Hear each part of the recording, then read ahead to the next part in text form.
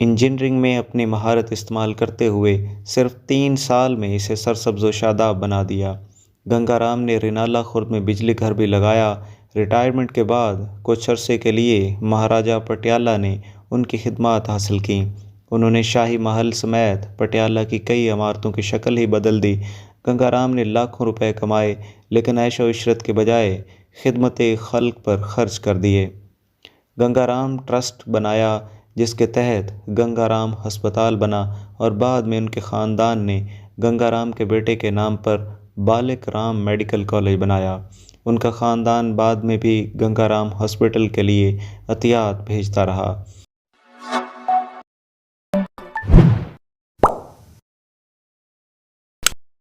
اعوذ باللہ من الشیطان الرجیم، بسم اللہ الرحمن الرحیم۔ اردو پوائنٹ 313 کے ساتھ ہم آپ کی خدمت میں ایک اور نئی ویڈیو لے کر حاضر ہوئے ہیں۔ آج کی ویڈیو کا عنوان ہے سر گنگا رام کا لاہور۔ ہم بجا طور پر کہہ سکتے ہیں کہ لاہور کا موجودہ چہرہ گنگا رام کا مرہون منت ہے۔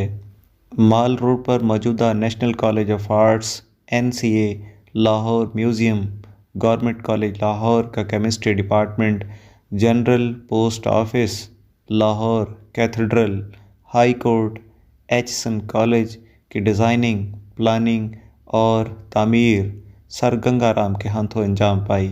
Albert Victor hospital, sir Ganga Ram school اب لاہور کالج برائے خواتین، Hailey college of commerce, lady McLagan school, lady Maynard industrial school بھی انہوں نے بنائے۔ لائل پور ڈسٹرکٹ کورٹس بھی گنگا رام نے بنائی۔ اس کے علاوہ سر گنگا رام نے پٹھان کوٹ اور امرتسر کے درمیان ریلوے ٹریک بچھایا۔ لیکن سر گنگا رام کا لاہور پر سب سے بڑا احسان ماڈل ٹاؤن کا قیام تھا۔ 27 فروری 1921 کو چند معزز شہریوں نے سر گنگا رام کی صدارت میں لاہور شہر سے باہر 1000 ایکڑ پر مثالی ہاؤسنگ اسکیم کا منصوبہ بنایا، جو آج بھی لاہور کی سب سے اچھی آبادی سمجھی جاتی ہے۔ ان کی مہارت کی وجہ سے انہیں دہلی میں امپیریل اسمبلی کی تعمیر میں مدد کے لیے بھی بلایا گیا۔ لارڈ رپن نے ان کے کام سے متاثر ہو کر انہیں 2 سال کے لیے بریڈ فورٹ یعنی برطانیہ بھیجا، جہاں انہوں نے واٹر ورکس اور ڈرینیج کی تربیت حاصل کی جو ان کے بہت کام آئی۔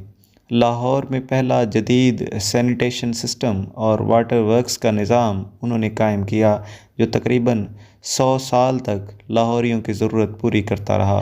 گنگا رام نے ضلع لائل پور میں بچیانہ ریلوے اسٹیشن سے اپنے گاؤں گنگا پور تک لوہے کی پٹڑی بچھا کر اس پر گھوڑا ٹرین چلائی، جو کچھ عرصہ پہلے تک چل رہی تھی۔ گنگا رام 13 اپریل 1851 میں مانگٹا والا میں پیدا ہوئے۔ یہ گاؤں لاہور سے 40 اور ننکانہ صاحب سے 14 میل کے فاصلے پر واقع ہے۔ ان کے والد دولت رام وہاں ASI تھے۔ کچھ عرصے بعد وہ امرتسر چلے گئے اور وہاں عدالتی نقل نویس بن گئے۔ گنگا رام نے ابتدائی تعلیم وہاں 2 اسکولوں میں حاصل کی۔ اس زمانے میں خوش خطی اور فارسی میں مہارت کا چرچا تھا۔ 1868 میں گورنمنٹ کالج لاہور میں داخل ہوئے۔ 1871 میں وظیفہ لے کر Thomason college of civil engineering میں داخل ہوئے، جو بعد میں Indian institute of technology Roorkee کہلایا۔ گنگا رام نے 1873 میں 22 سال کی عمر میں انجینئرنگ کی ڈگری گولڈ میڈل کے ساتھ حاصل کی اور اسی سال یعنی 1873 میں لاہور کے اسسٹنٹ انجینئر کی حیثیت سے عملی زندگی کا آغاز کیا۔ گنگا رام نے 1903 میں ملازمت سے قبل از وقت ریٹائرمنٹ لے کر زراعت کا پیشہ اختیار کیا۔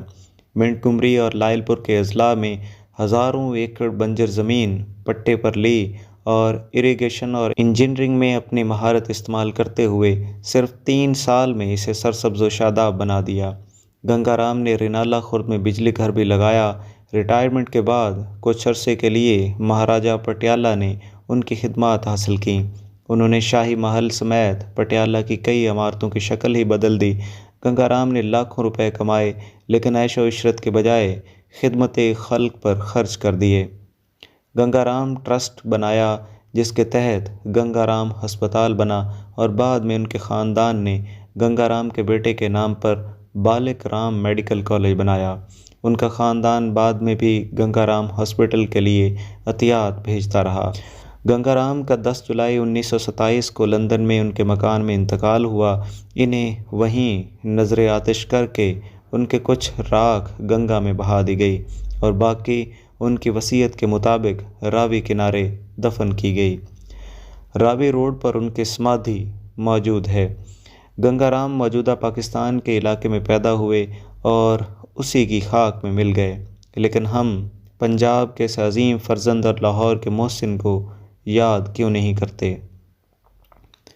موجودہ بھارت کے کسی علاقے سے گنگا رام کا تعلق نہیں تھا، لیکن بھارتی حکومت نے ان کے اعزاز میں ڈاک ٹکٹ جاری کیا۔